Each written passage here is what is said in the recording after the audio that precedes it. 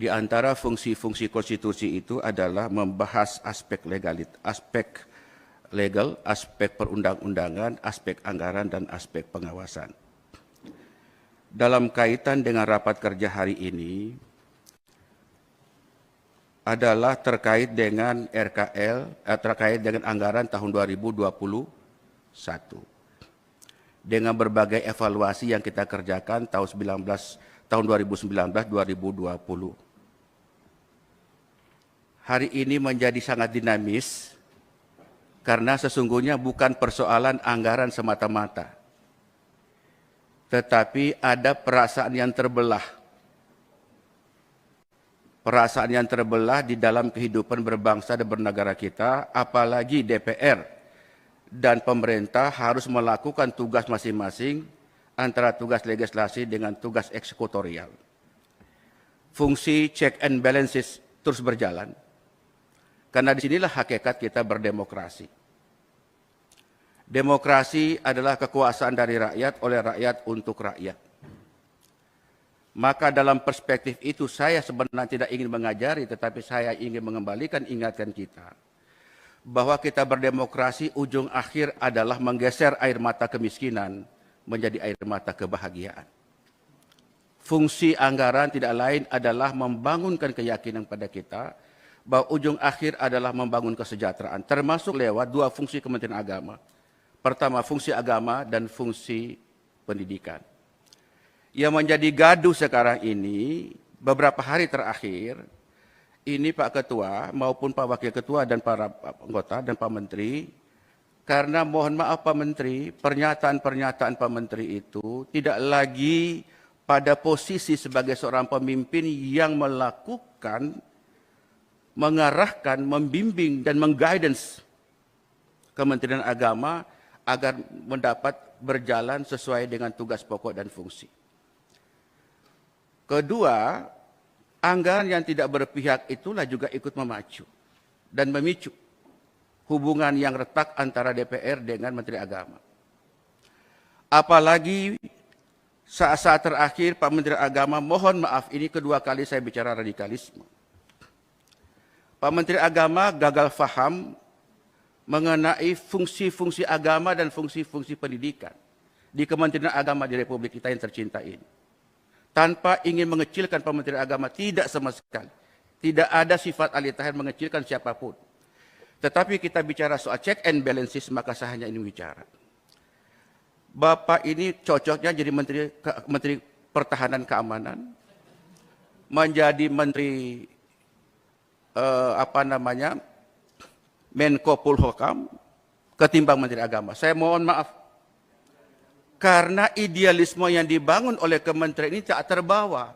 Saya mengistilahkan ideologi ditinggalkan, sejarah tak terbawa.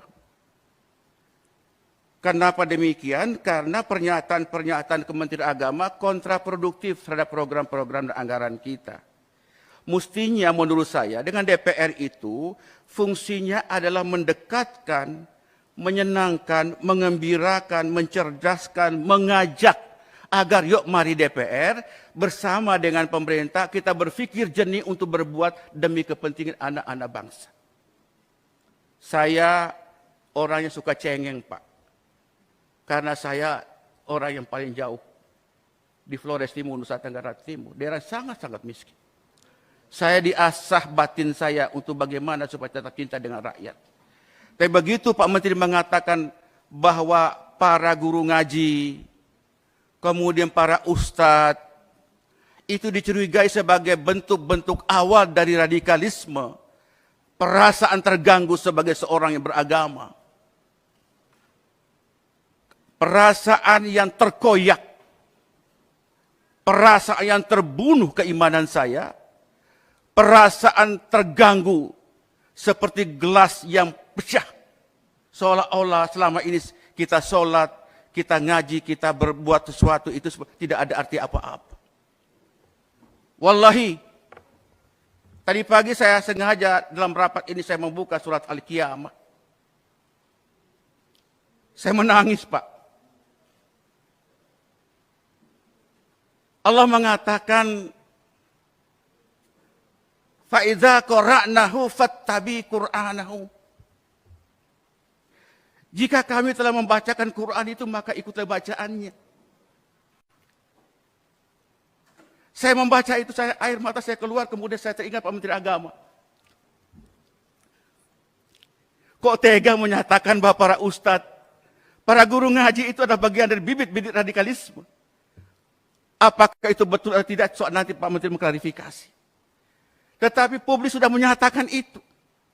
Sampai saya bertanya, Pak Menteri Agama Islam atau bukan?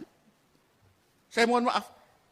Perasaan seuzon sebagai seorang tidak boleh sebenarnya. Tapi ada perasaan tak enak. Karena kami anggota DPR seperti mendayung di tengah dua selah karang, Pak. Karang yang pertama adalah idealisme yang kami bangun. Kami rakyat kecil, Pak. Kami ini suara yang mendukung kami orang-orang kecil. Karang yang kedua adalah kekuasaan. Antara dua selah karang itulah mempertemukan kita di forum yang terhormat ini. Nah, dengan demikian maka menurut pandangan saya, Pak Menteri Agama, sekali lagi saya mengajak, berhentilah berkata radikalisme. Berhenti berkata radikalisme.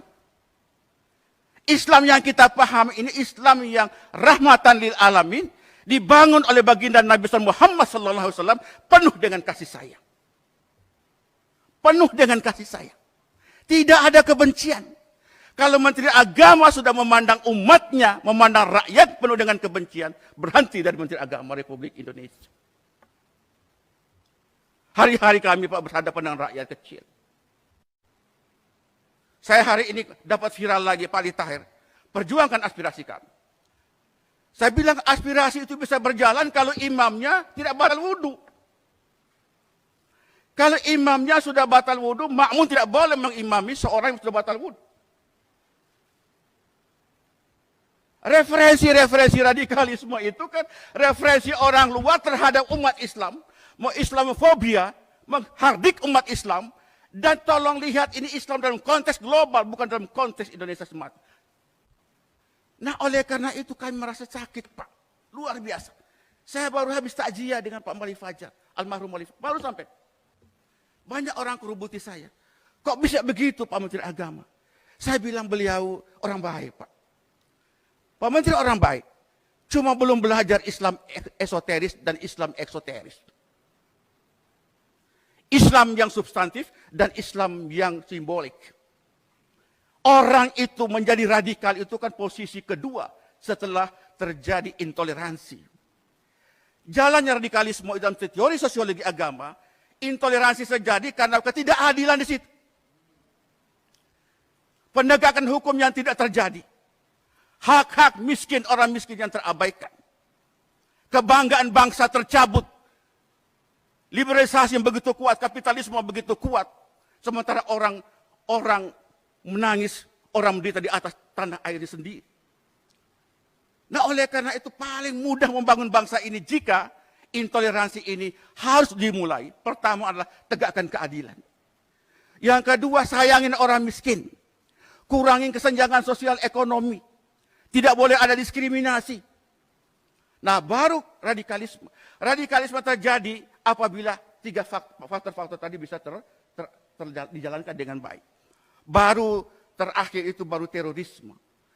Jadi kalau saudara menteri menganggap semua para mubalik ini adalah bagian dari bibit-bibit radikalisme, saya tidak mau bicara apa lagi. Masih perlukah musabaqah tilawatil Quran? Masih perlukah musabaqah tilawatil Quran? Yang tujuannya adalah mendengarkan orang membaca Quran, kita mengamalkan isinya, berfaedah agar membangun kekuatan spiritualitas dan juga membangun kekuatan horizontal.